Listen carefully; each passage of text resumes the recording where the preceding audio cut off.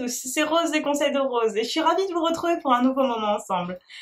Il y a quelques jours, le CAC 40 de la Bourse de Paris a atteint les 6700 points. Et à chaque fois que le CAC 40 atteint un nouveau plafond, on entend toujours des rumeurs, soit de correction ou même de crash. Mais comment est-ce que cela fonctionne-t-il? Pourquoi est-ce que dépasser certains plafonds avec les indices font peur aux investisseurs? En 5 points, on vous explique les indices et leur importance dans la bourse. C'est parti! Alors, numéro 1, comment ça fonctionne les bourses? Les bourses autour du monde fonctionnent chacune avec un ou plusieurs indices. Les indices reflètent les résultats des entreprises cotées dans cette bourse. Par exemple, l'indice principal de la Bourse de Paris s'appelle le CAC 40. Il représente les résultats des 40 plus grosses capitalisations de la bourse. À New York, on a 2 autres indices qui s'appellent le Nasdaq ou le Dow Jones.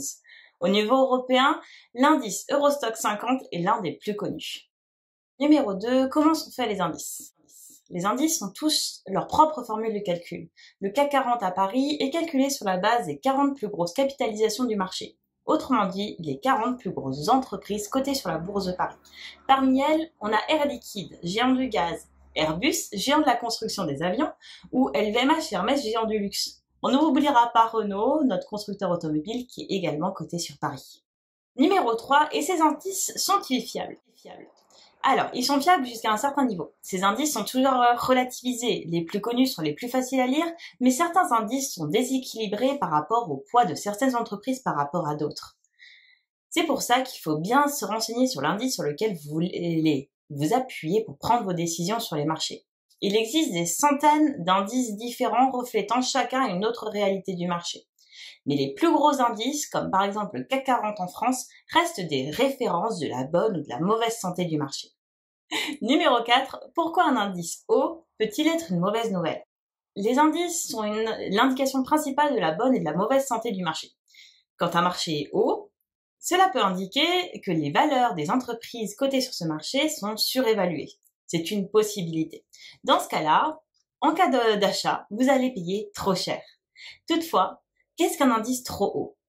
Ça va dépendre à la fois de la structure de l'indice que vous avez utilisé et de la situation économique. Si la situation économique est favorable, il est naturel que les indices augmentent eux aussi. Mais il faut garder à l'esprit que chaque indice étant calculé différemment, on ne peut pas avoir un chiffre absolu ou un nombre absolu pour jauger de tous les indices en même temps. Il va falloir s'intéresser à chaque indice pour savoir si oui ou non le marché est en surchauffe ou non. Numéro 5, pourquoi un indice trop haut peut-il entraîner une correction ou une crise?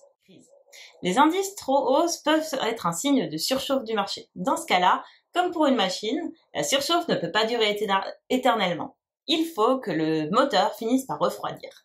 Ce refroidissement, c'est ce qu'on appelle une correction, c'est-à-dire une chute brutale du marché qui reste toutefois raisonnable. Si cette chute devient trop vertigineuse, on va appeler ça un crash ou une crise. Si vous achetez dans un marché en surchauffe, 2 cas de figure. Soit le marché continue à monter et vous êtes gagnant en revendant rapidement, soit le marché se corrige et vous êtes perdant sur votre investissement. Mais cette perte peut être à court terme. C'est pour ça que dans ce cas-là, il est plus souvent recommandé de ne pas désinvestir la position qui est en négatif dans l'espoir que le cours remonte au moins au niveau auquel vous l'avez acheté. En conclusion, même si un marché français à 6700 points peut faire peur, ce n'est pas nécessairement une mauvaise nouvelle. L'augmentation du nombre d'investisseurs sur le marché et la conjoncture économique très particulière du moment peuvent créer une situation qui est propice à l'augmentation des indices. C'était les 5 points pour comprendre les indices et pourquoi ils sont si importants dans les marchés. Si cette vidéo vous a plu, n'hésitez pas à la liker, à la commenter, à la partager. Peut-être que quelqu'un autour de vous en a besoin et aimerait l'écouter. Je vous souhaite à tous un bon week-end et une bonne semaine à tous.